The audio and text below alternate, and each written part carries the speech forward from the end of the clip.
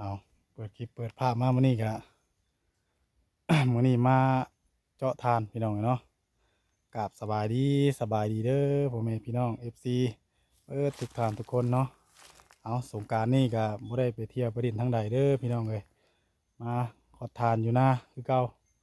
เนาะขอทานเมื่อจุเมื่อดังพี่น้องเอ้ยบ่ได้ไปดินทางใดคือบ่ได้ไปทางใดนะบ่ได้กับพี่น้องเอ้ยเพราะว่าไปทางใดมันก็ต้องมีทุนมีเงินเนาะโอเคพี่น้องเนาะมื้อนี้ก็มาคนเดียวเด้อพี่น้องเอ้ยตามเบิ่งพี่น้องเอ้ยเตาก็จะว่าบ่หมดช่ำประจักเนาะตั้งกล้องไว้ก่อน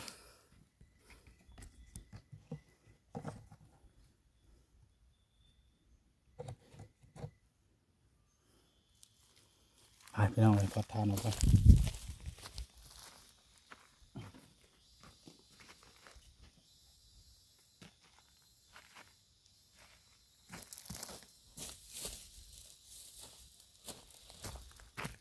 ตามไว้ยันตกน้ำเนาะ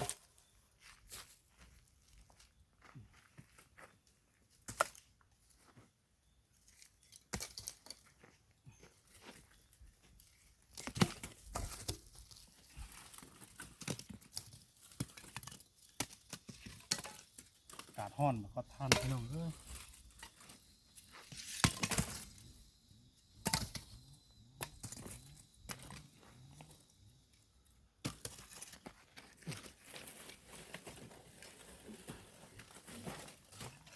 พี่น้อง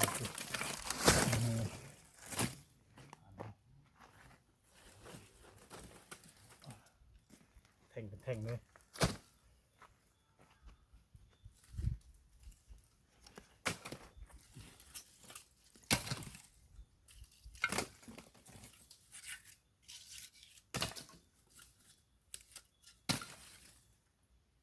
เนาะแท่งเป็นแท่งเลยร้อนแท่งพี่น้อง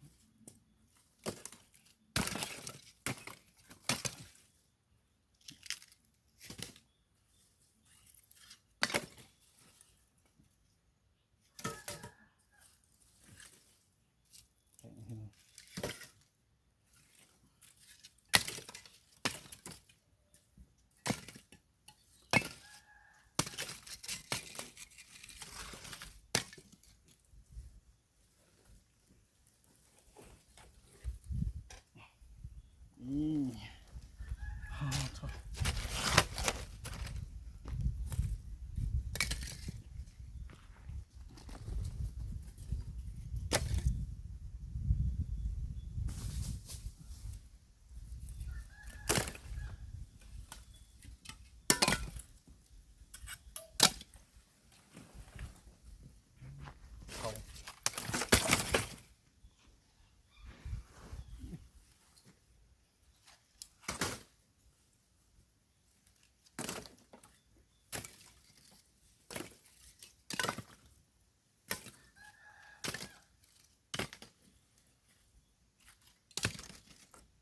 น่าจะมีไพ่อยู่พี่น้องเนาะเห็นไหมบ่า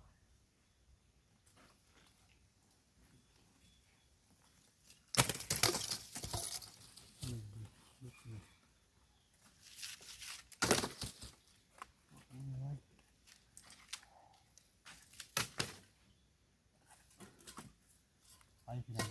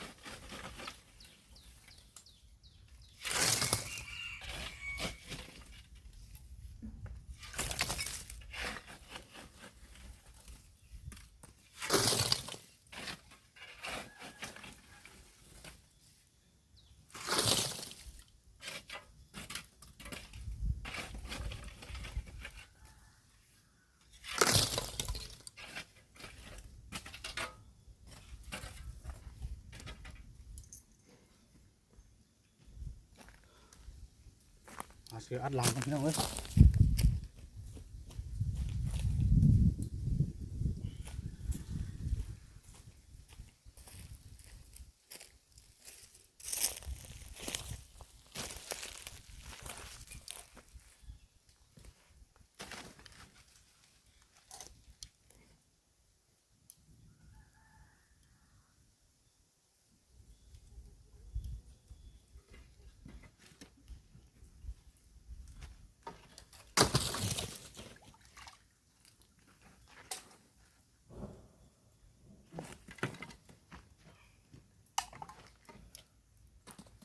บ่เหมาะเนาะ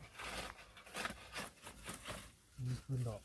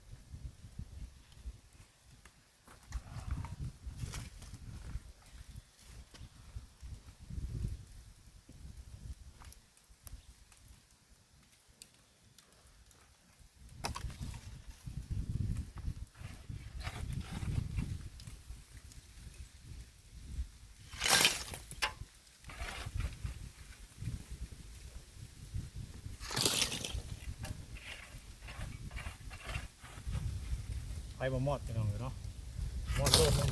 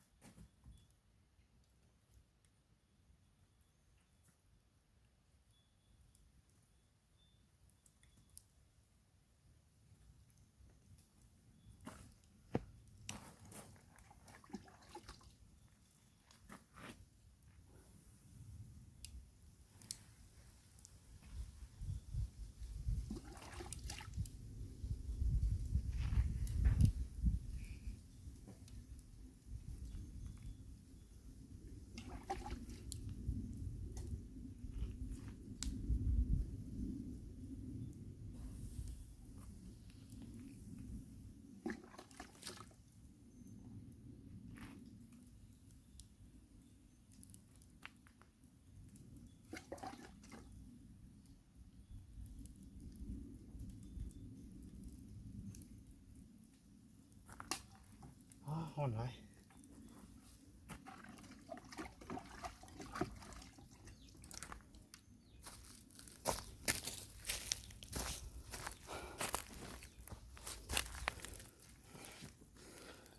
ห่อนแห้งพี่น้องเลย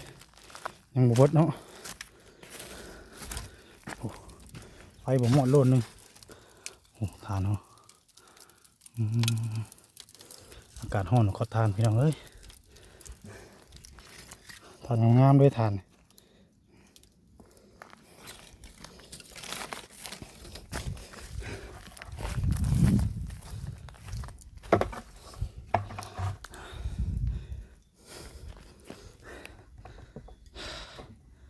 ฮ้อ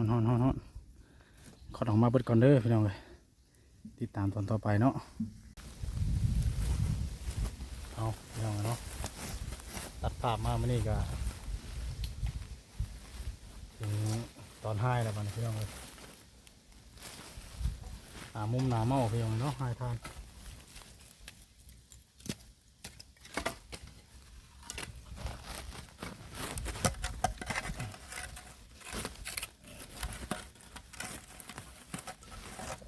ครับ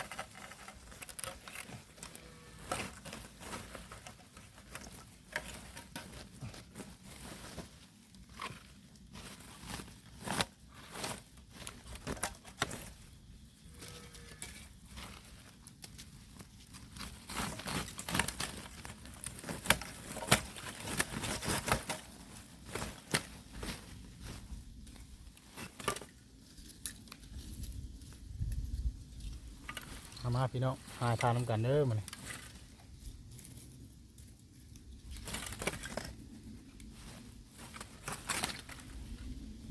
ทานก็งามเลย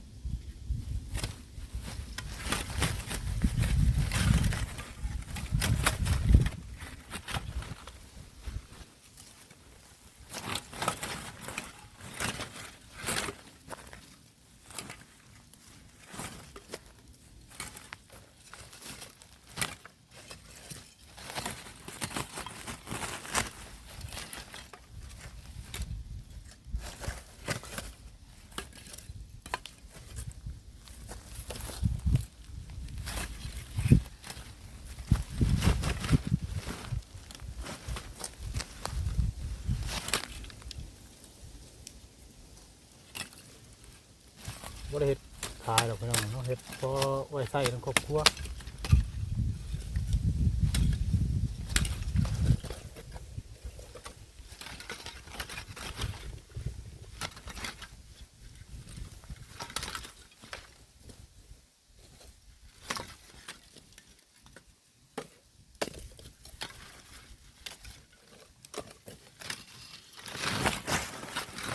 โอ้ตัวกระดก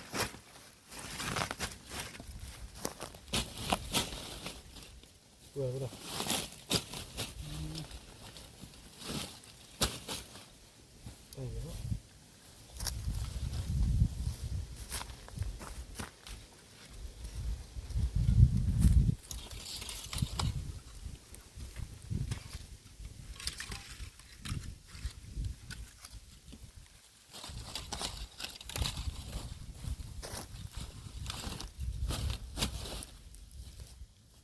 จอบมันขาดเนาะพ่อย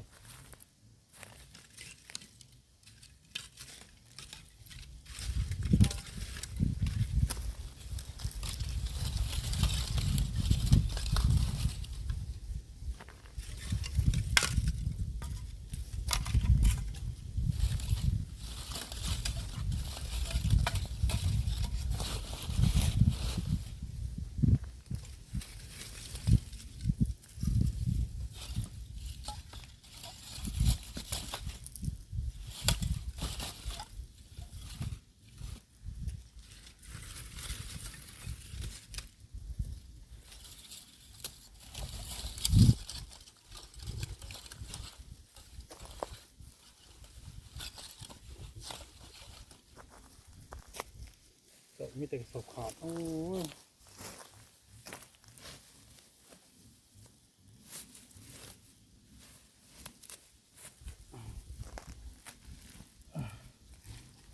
เป่าใช้มา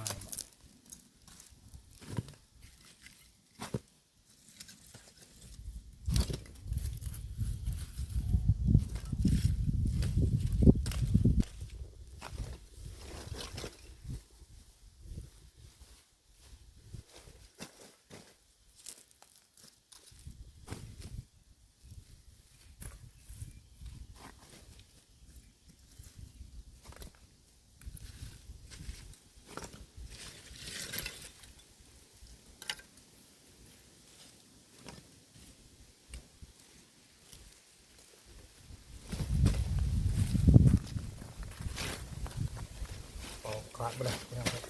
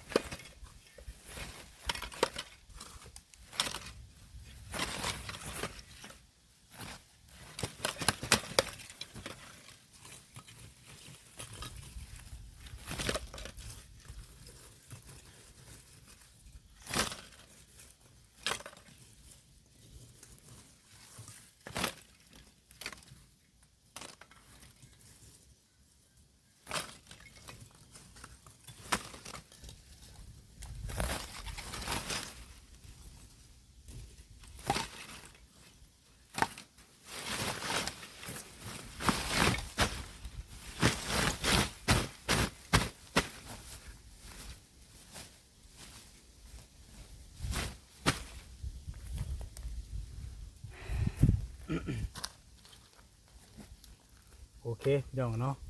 สำหรับคลิปนี้ทั้งบอลเผยก็จะได้ขอตัวลำลาจบคลิปแล้วเนาะผิดพลาดประการใดกับขอโทษขออภัยที่พี่น้องเบิร์ดสุขุสุขคนเด้อเนาะหลังจากที่ว่าหายทานแล้วก็สิขึ้นรถแล้วก็เมื่อพี่น้องเลยเมื่อหน้านั่นแหละพี่น้องเนาะมันนี่มาขอทานมันนี่พี่น้องเลยไม่ได้อยู่ดินน้ำดินในน้ำมูน้ำคูหรือว่าไม่ได้ไปทางใดหรอกพี่น้องเลยเนาะมาขอทานอยู่นะมื้ออื่นนี่ก็เป็นมื้อสุดท้ายเนาะการเสริมฉลองดินน้ำสงกรานต์ปีใหม่ตื่นหน้าคือเก่าอะไรพี่น้องเลยก็มีแต่ทั้งลูกๆนะเนาะที่บ้านเป็นก็ลิ้นม้วนแต่ว่าเฮานี่ก็เฮ็ดเวียกเฮ็ดงานของเฮาไปพี่น้องเลยตามนี่แหละที่เฮาเฮ็ดนี่แหละพี่น้องเลยเนาะทานนี่หลังตัดไม้ตัดตอกมาตรงตามที่เราหน่อยนะเบื่อนี่จะขึ้นไปรดน้ำม่วงที่เราพี่น้องเลยเนาะว่าเอารดได้ถึงมืออื่นนะมืออื่นพอดีคือไปรดเอารดได้2-3 มื้อแล้วเพราะว่าฝนก็ยังบ่ตกพี่น้องเลยฝนก็ได้บุญบั้งไฟก็แล้วเนาะแล้วก็สงกรานต์ก็ชีวิตแล้วฝนยังบ่ตกอยู่มันที่มาปลูกไว้นี่ก็เหี่ยวตายเลยพี่น้องเลยอุโมงค์ที่ยังระบาดโอเคเด้อพี่น้องเด้อขอบคุณหลายๆเนาะที่เข้ามาติดตามรับชมทางบอลเผยแต่ต้นจนจบแล้วก็กดข่าวโฆษณาบอลเผยไปเนาะฝากกดไลค์กดแชร์กดติดตามเป็นกำลังใจในเด้อพี่น้องเลยเนาะสำหรับที่นี่ทางบอลเผยขอตัวลำลาแล้วเนาะสบายดีเด้อ